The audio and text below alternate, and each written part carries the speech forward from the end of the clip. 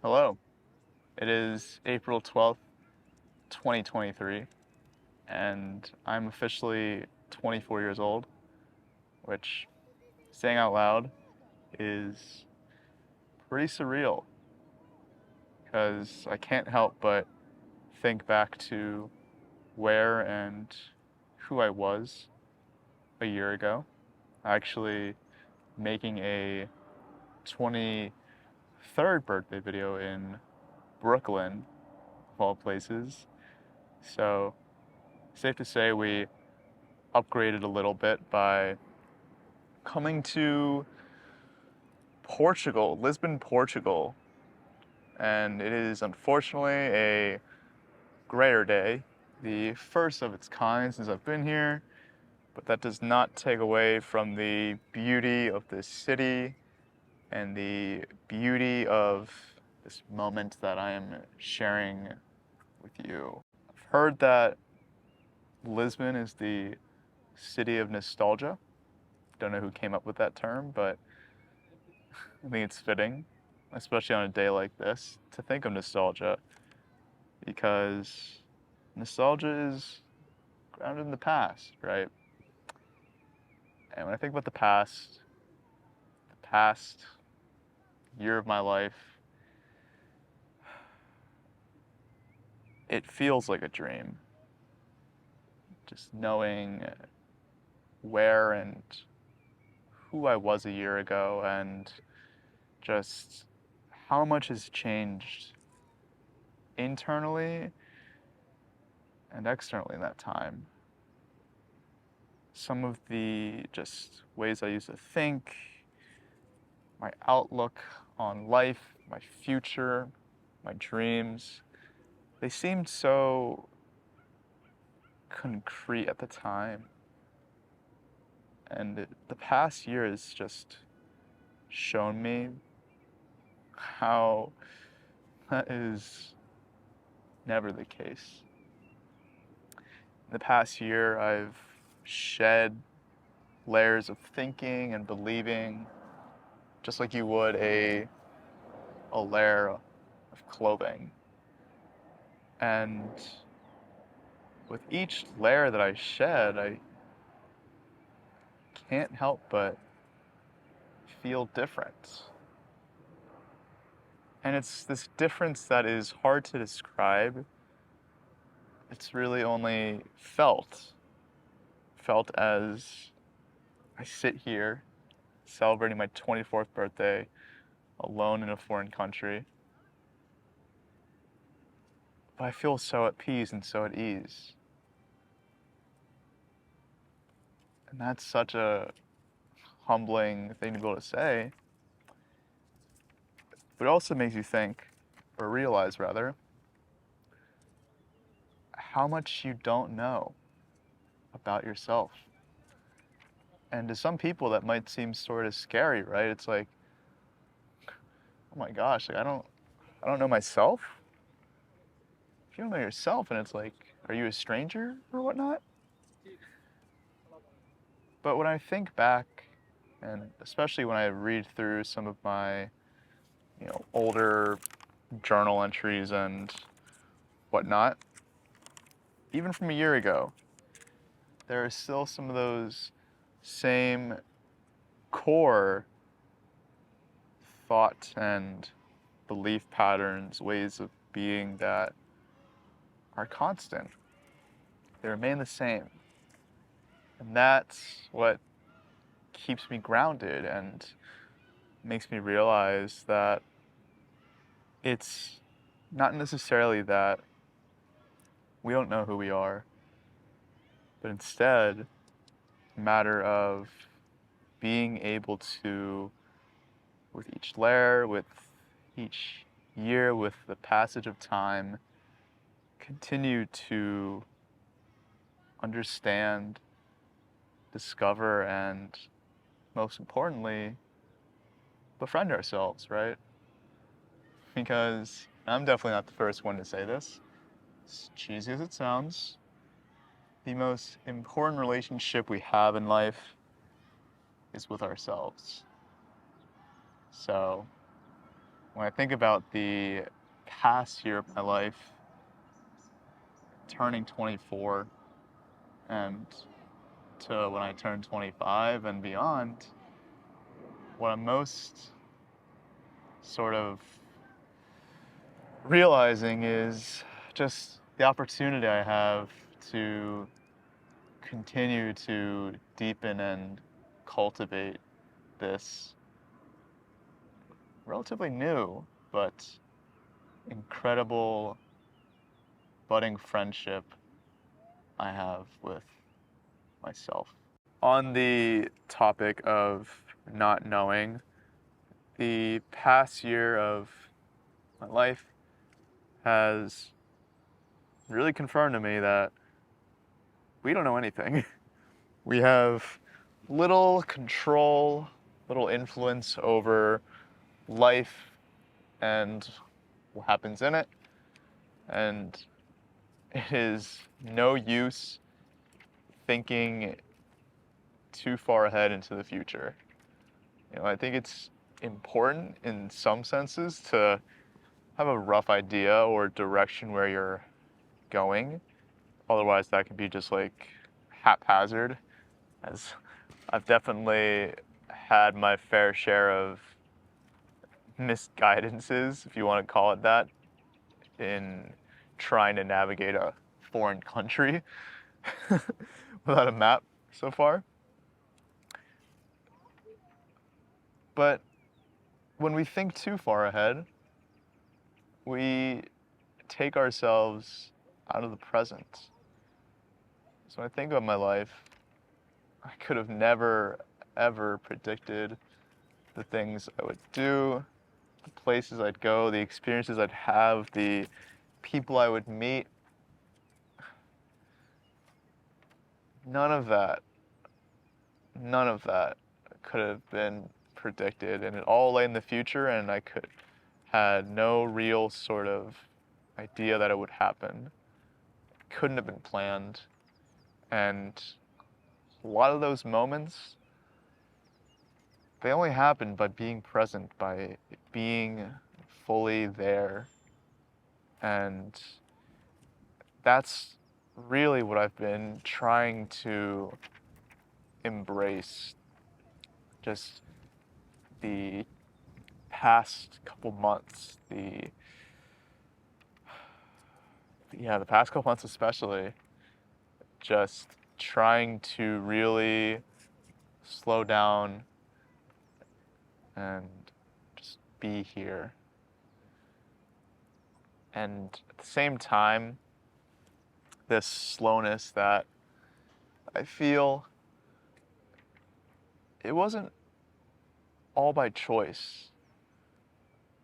I think I've mentioned this, but I really started 2023 with this sort of frenetic pace or energy, just thinking to the future, like the momentum I would build creatively, on YouTube and whatnot by posting twice a week, starting a newsletter, all that jazz. And for the first couple of months, it was awesome. I definitely had that quick burst of growth and whatnot, but after the first couple of months, I just felt the wear and tear, the fatigue. It felt like I was just sort of going through emotions at certain points, and recognizing that scared me, that I was turning my creative stuff into this thing I felt obligated to do to like maintain this level of output, and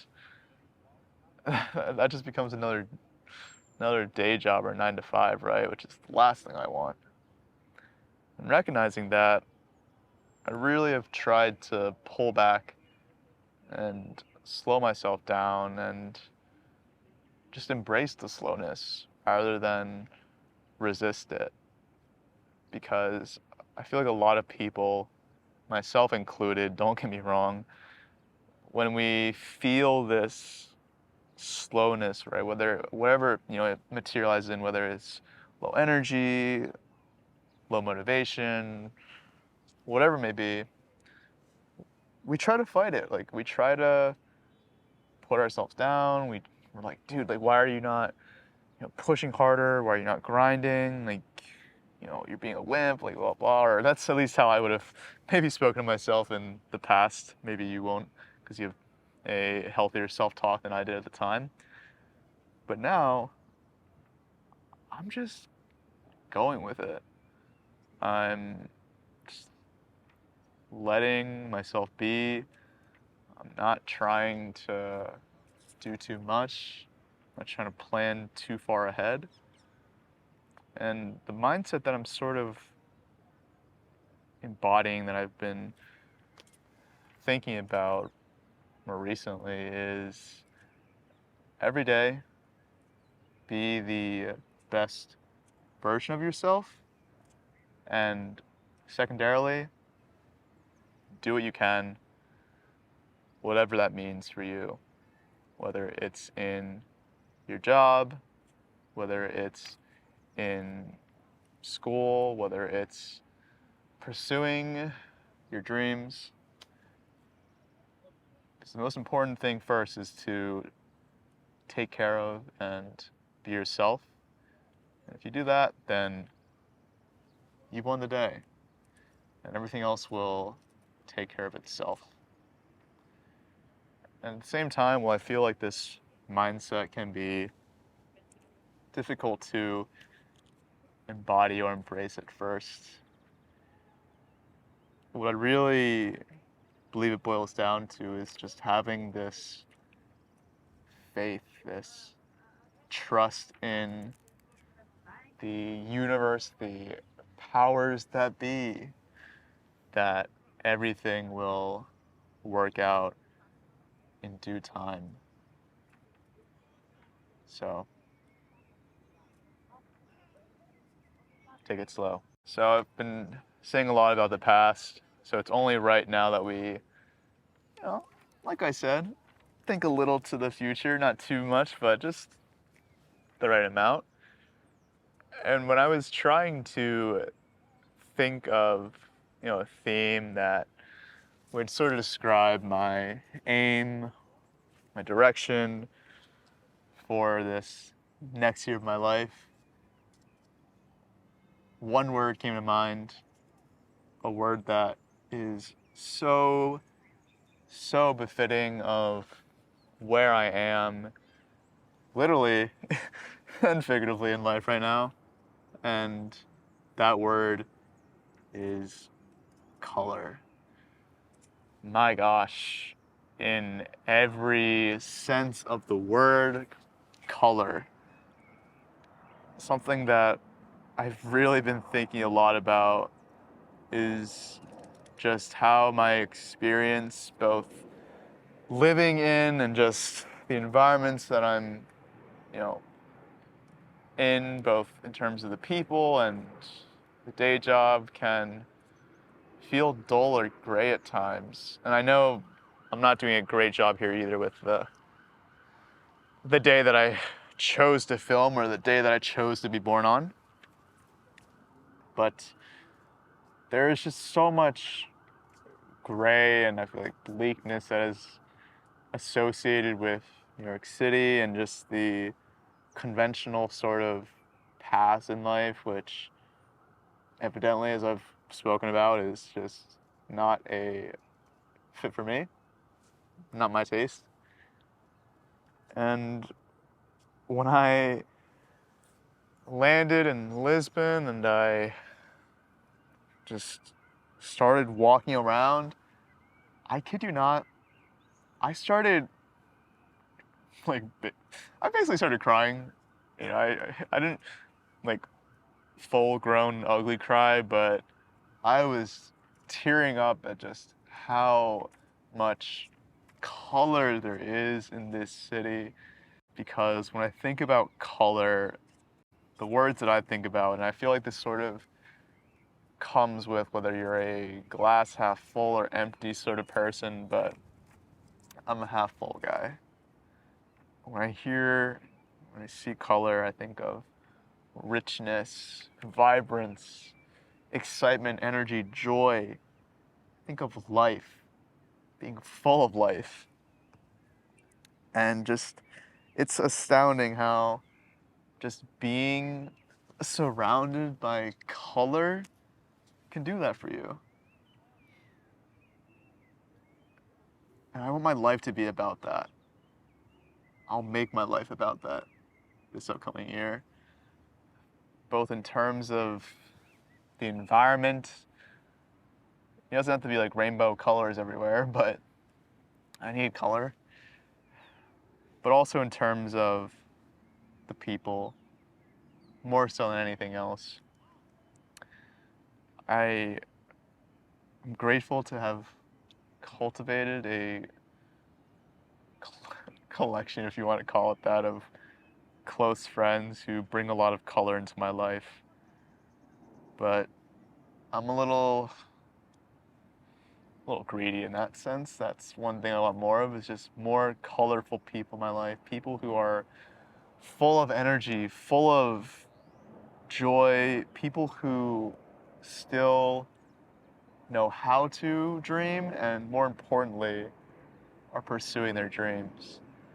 Because there is so much potential to life. There is so much potential in each and every one of you to fill your life with just so much wonder, joy, experiences, people, dreams. To be full of color. And those are the kind of people that light me up the most. Which would make sense because they've got color. Those are the sorts of people that bring me energy, uplift me, that inspire me. The people who I also recognize are out there. They may not be in my life yet, but I have to continue to cultivate. Whoa. I meant to say cultivate and nurture, and I said culture. Maybe that's how the word came to be. But cultivate and nurture that color, that energy, that life, that excitement, that dream within myself before other people can feel and experience that energy, that life, that color from me. So that's how I'm feeling about the past, and more importantly, how I feel about the future. 24, baby. I have no idea what the next year of my life will be. Who knows where I'll be, literally, when I'm turning 25 and making one of these videos. More importantly, who I'll be. So, thank you all for indulging me on my birthday. I appreciate you so much from the bottom of my heart, and here's to another year. To all of you, hopefully a year of dreaming, life, a year full of color. Peace out.